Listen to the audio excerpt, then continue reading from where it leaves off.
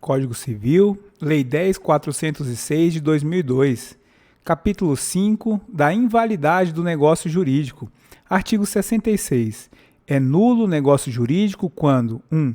Celebrado por pessoa absolutamente incapaz. 2. For ilícito, impossível ou indeterminável o seu objeto. 3. O motivo determinante comum a ambas as partes for ilícito. 4. Não revestir a forma prescrita em lei. 5. For preterida alguma solenidade que a lei considere essencial para sua validade. 6. Tiver por objetivo fraudar lei imperativa. 7. A lei taxativamente o declarar nulo ou proibir-lhe a prática sem cominar sanção. Artigo 167. É nulo o negócio jurídico simulado, mas subsistirá o que se dissimulou, se válido for na substância e na forma. Parágrafo 1º. Haverá simulação nos negócios jurídicos quando 1. Aparentarem conferir ou transmitir direitos a pessoas diversas daquelas às quais realmente se conferem ou transmitem. 2. Contiverem declaração, confisco, condição ou cláusula não verdadeira. 3. Os instrumentos particulares forem antedatados ou pós-datados. Parágrafo 2º. Ressaltam-se os direitos de terceiros de boa-fé. Novamente, parágrafo 2º. Ressalvam-se os direitos de terceiros de boa-fé em face dos contraentes do negócio jurídico simulado. Artigo 168. As nulidades dos artigos antecedentes podem ser alegadas por qualquer interessado ou pelo Ministério Público quando lhe couber intervir. Parágrafo único. As nulidades devem ser pronunciadas pelo juiz quando conhecer do negócio jurídico ou dos seus efeitos e as encontrar provadas, não lhe sendo permitido supri-las, ainda que há requerimento das partes. Novamente, parágrafo único. As nulidades devem ser pronunciadas pelo juiz quando conhecer do negócio jurídico ou dos seus efeitos e as encontrar provadas, não lhe sendo permitido supri-las, ainda que há requerimento das partes. Artigo 69. O negócio jurídico nulo não é suscetível de confirmação, nem convalesce pelo decurso do tempo. Artigo 170. Se, porém, o negócio jurídico nulo contiver os requisitos de outro, subsistirá este quando o fim a que visava as partes permitir supor que o teriam querido se houvessem previsto a nulidade. Novamente, artigo 170. Se, porém, o negócio jurídico nulo contiver os requisitos de outro, subsistirá este quando o fim a que se visava as partes permitir supor que o teriam querido se houvessem previsto a nulidade. Artigo 171. Além dos casos expressamente declarados na lei, é anulável o negócio jurídico 1. Por incapacidade relativa do agente. 2. Por vício resultante de erro, dolo, coação, estado de perigo, lesão ou fraude contra credores. Artigo 172. O negócio anulável pode ser confirmado pelas partes, salvo o direito de terceiro. Artigo 173. O ato de confirmação deve conter a substância do negócio celebrado e a vontade expressa de mantê-lo. Artigo 174. É escusada a confirmação expressa quando o negócio já foi cumprido em parte pelo devedor, ciente do vício que o inquinava. Artigo 175. A confirmação expressa ou a execução voluntária de negócio anulável, nos termos dos artigos 172 a 174, importa a extinção de todas as ações ou exceções de que contra ele dispusesse o devedor. Artigo 176. Quando a anulabilidade do ato resultar da falta de autorização de terceiro, será validado se este ader posteriormente. Artigo 177. A anulabilidade não tem efeito antes de julgada por sentença, nem se pronuncia de ofício só os interessados a podem alegar e aproveita exclusivamente aos que a alegarem, salvo o caso de solidariedade ou indivisibilidade. Artigo 178. É de 4 anos o prazo de decadência para pleitear-se a anulação do negócio jurídico, contado 1. No caso de coação, do dia em que ela cessar. 2. No de erro, dolo, fraude contra credores, estado de perigo ou lesão, do dia em que se realizou o negócio. 3. No de atos de incapazes, do dia em que cessar a incapacidade. Artigo 179. Quando a lei dispuser que determinado ato é anulável, sem estabelecer prazo para pleitear a anulação, será este de 2 anos, a contar da data da conclusão do ato. Artigo 180.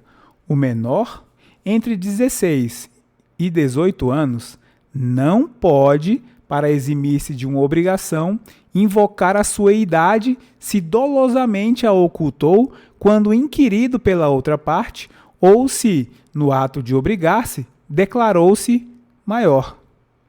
Artigo 181. Ninguém pode reclamar o que, por uma obrigação anulada, pagou a um incapaz, se não provar que reverteu em proveito dele a importância paga.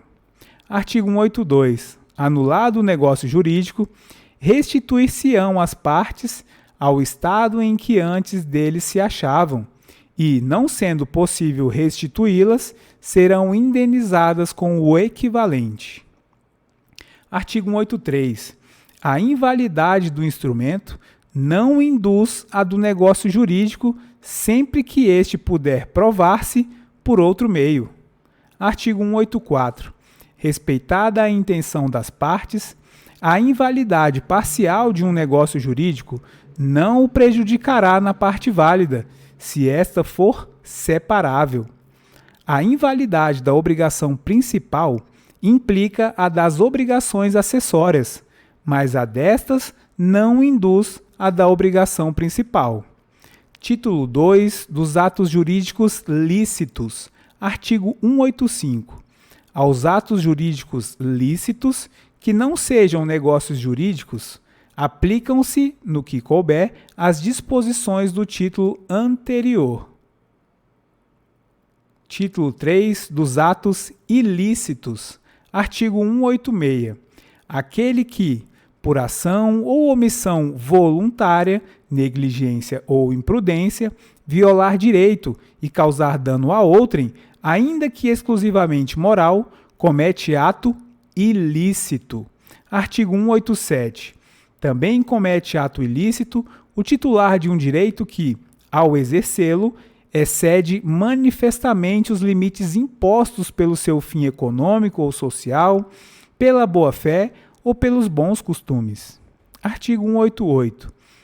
Não constituem atos ilícitos: 1. Os praticados em legítima defesa ou no exercício regular de um direito reconhecido.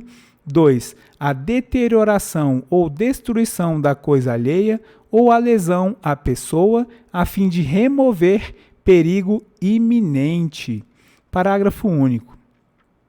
No caso do inciso 2, o ato será legítimo somente quando as circunstâncias o tornarem absolutamente necessário, não excedendo os limites do indispensável para a remoção do perigo. Título 4 da prescrição e da decadência, capítulo 1 da prescrição, seção 1, disposições gerais. Artigo 189. Violado o direito, nasce para o titular a pretensão, a qual se extingue pela prescrição nos prazos a que aludem os artigos 205 e 206. Artigo 190. A exceção prescreve no mesmo prazo em que a pretensão. Artigo 191. A renúncia da prescrição pode ser expressa ou tácita, e só valerá sendo feita sem prejuízo de terceiro depois que a prescrição se consumar.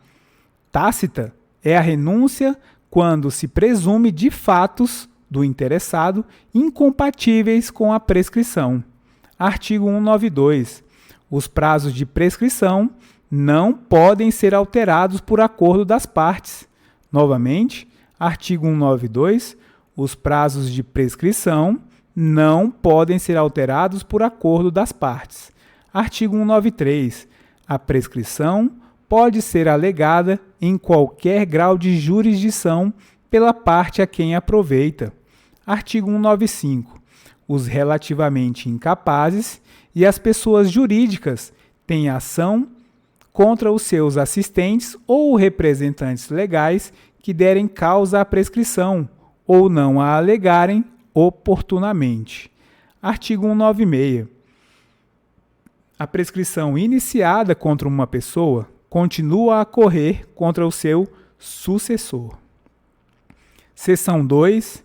Das causas que impedem ou suspendem a prescrição. Artigo 197.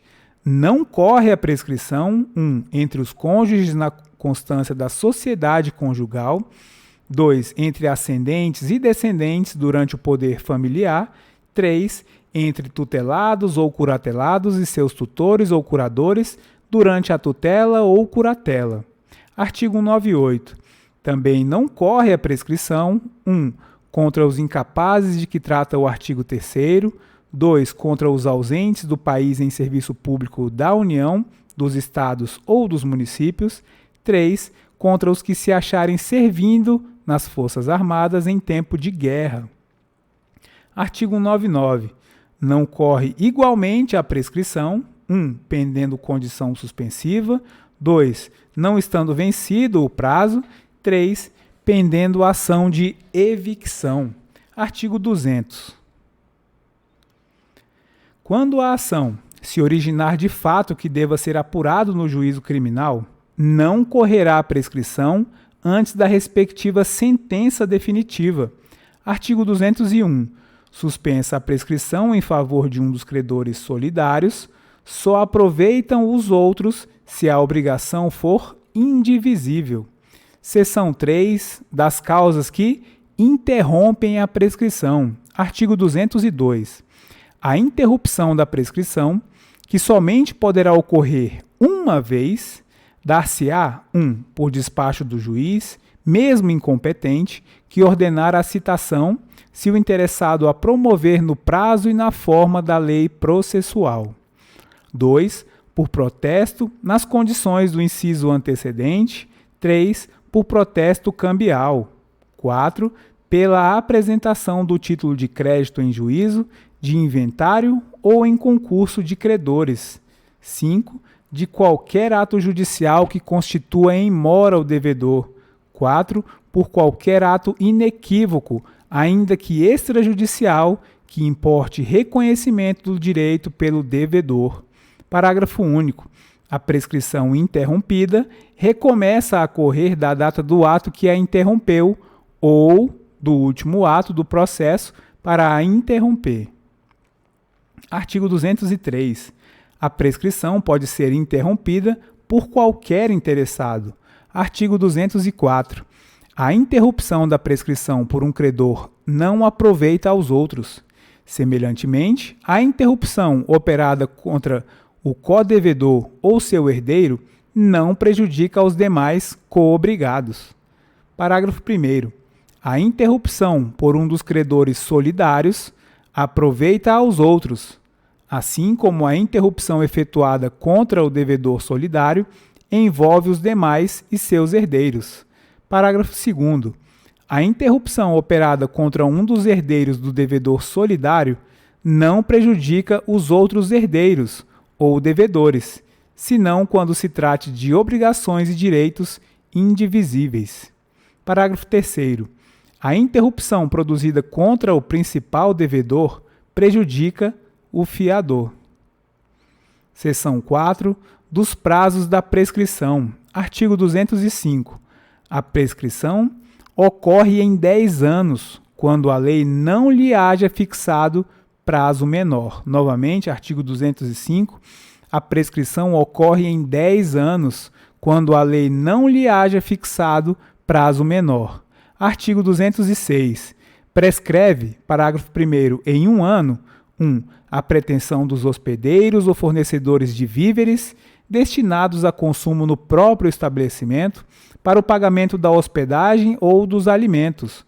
2. A pretensão do segurado contra o segurador ou a deste contra aquele, contado o prazo. A. Para o segurado, no caso de seguro de responsabilidade civil, da data em que é citado para responder à ação de indenização proposta pelo terceiro prejudicado ou da data que a este indeniza com a anuência do segurador. B. Quanto aos demais seguros, da ciência do fato gerador da pretensão. 3. A pretensão dos tabeliães. Novamente, 3. A pretensão dos tabeliães, auxiliares da justiça, serventuários judiciais, árbitros e peritos, pela percepção de emolumentos, custas e honorários. 4. A pretensão contra os peritos, pela avaliação dos bens que entraram para a formação do capital de sociedade anônima, contado da publicação da ata da Assembleia que aprovar o laudo. 5. A pretensão dos credores não pagos contra os sócios ou acionistas e os liquidantes, contado o prazo da publicação da ata de encerramento da liquidação da sociedade. Parágrafo 2º. Em 2 anos, a pretensão para haver prestações alimentares a partir da data em que se vencerem. Parágrafo 3º. Prescreve em 3 anos: 1. A pretensão relativa a aluguéis de prédios urbanos ou rústicos. 2. A pretensão para receber prestações vencidas de rendas temporárias ou vitalícias. 3. A pretensão para haver juros, dividendos ou quaisquer prestações acessórias pagáveis em períodos não maiores de 1 ano, com capitalização ou sem ela. 4.